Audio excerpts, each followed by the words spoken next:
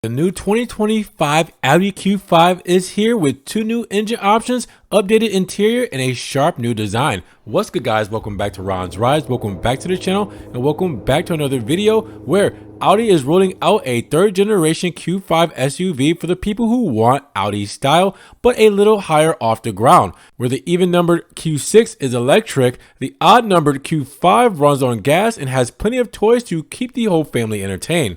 Now, the Q5 is a bestseller for Audi and a hugely important car here in the United States. Over 1.6 million examples of the first generation car hit the road, and more than 1 million second generation cars are out there now. Now, with that many people on the hook already, the new car needs to be a case of the same but better, and better than everyone else. Now, two flavors of the Q5 will be offered here in the United States at launch. The base Q5 has a turbo 2-liter 4-cylinder making 268 horsepower, and the SQ5 has a turbocharged 3-liter V6 making 362 horsepower and 406 pound-feet of torque on tap. Both models should be perky enough to keep you ahead when the lights go green. Now, the latter, according to the European WLTP test cycle, will get between 27.4 and 29.4 US mpg on a run, but yet is tested by the EPA. Now, each is linked to a 7-speed dual clutch S-tronic gearbox and quattro all-wheel drive.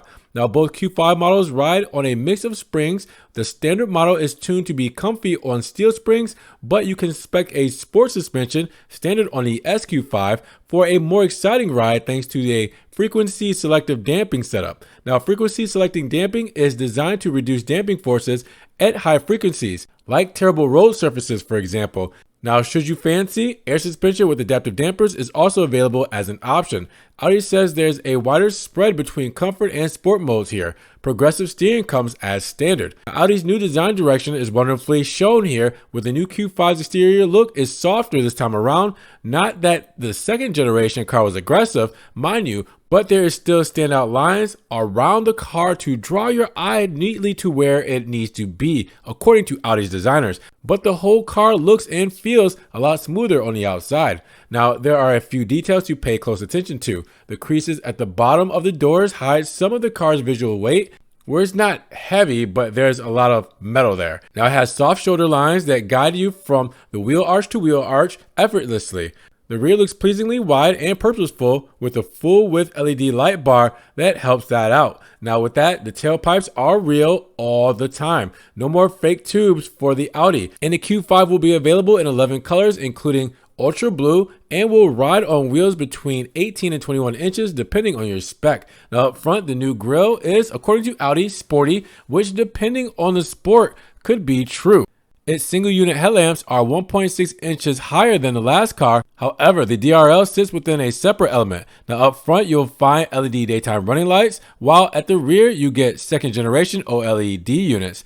Now, Audi's new party piece of 8 adjustable dynamic light patterns carries over to the new Q5, and simply select your pattern of choice via the MMI while you're stationary, and the next time you turn the car on, you can dazzle onlookers with your new style. Now, only the European markets get to use them while driving. The US misses out on another neat lighting trick, and as the rear OLEDs, they can be used to communicate with other road users with shapes about what's going on ahead. Now, it's not all doom and lack of light and gloom here for America. The Q5 gets a very cool brake light. Underneath the rear spoiler, it has a row of super bright lights. Now, when you put your foot on the pedal, they reflect on the rear windshield and act as an extra visual cue for tailgaters to back off. Now, here in the US, it's not a mere line of tiny red slabs, but the word quattro is reflected there. And in the EU, that's classed as advertising and is illegal. Now, inside, the Q5 is more aggressive.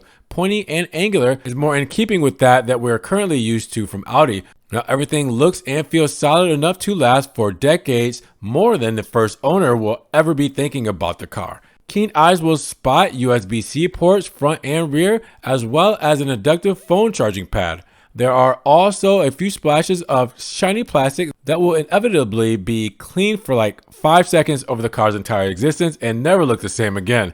And a slab of buttons to control mirrors, seats, locks, and lights by the door handle is either untold genius or foolishness beyond approach. We'll only know when time tells. Now, the new Q5 is based on the premium platform combustion. Much like the Audi A5, the platform says Audi offers plenty of flexibility and allows for low cars like the A5 and higher ones like the new Q5. Now, with that said, sharing the platform means they share plenty of technology. You might recognize the digital stage infotainment setup from the A5. It's a big old curved OLED MMI display made up of an 11.9-inch virtual cockpit display and a 14.5-inch MMI touch display, where the former handles the bits that the driver needs to know, while the latter, that's everything you'd expect for drivers lacking conversation skills. There's an optional 10.9-inch screen for passengers to play with as well. And you'll recognize that the Q5's configurable head-up display, which, as well as showing vital info, lets drivers scroll through various infotainment functions on the fly. A dynamic interaction light spans the width of the cockpit and will retract to things happening to the car, give a neat welcome show, or a pleasing display as you leave. Now, being an SUV, it needs to be practical, and Audi says there are 52 cubic feet of space in the trunk with the seats down, so you'll be able to do a fair bit before deciding to need a truck. Now, pricing in Europe starts kicking off at 52,300 euros, roughly $58,000, and the SQ5 starts at 82,900 euros, around $92,000. Full US specs are still being decided, which means EPA mileage figures, trim levels, and pricing are still unknown. So we'll have to figure out closer to their launch date a little bit further on down the year. But with that said, what do you guys think about the new Q5? Has it changed for the better? Drop those comments down below. And if you guys did enjoy the video today, make sure you give it a big thumbs up, but make sure you guys subscribe to the channel, click the notification bell so you don't miss one video, and we will see you guys in the next one. Peace.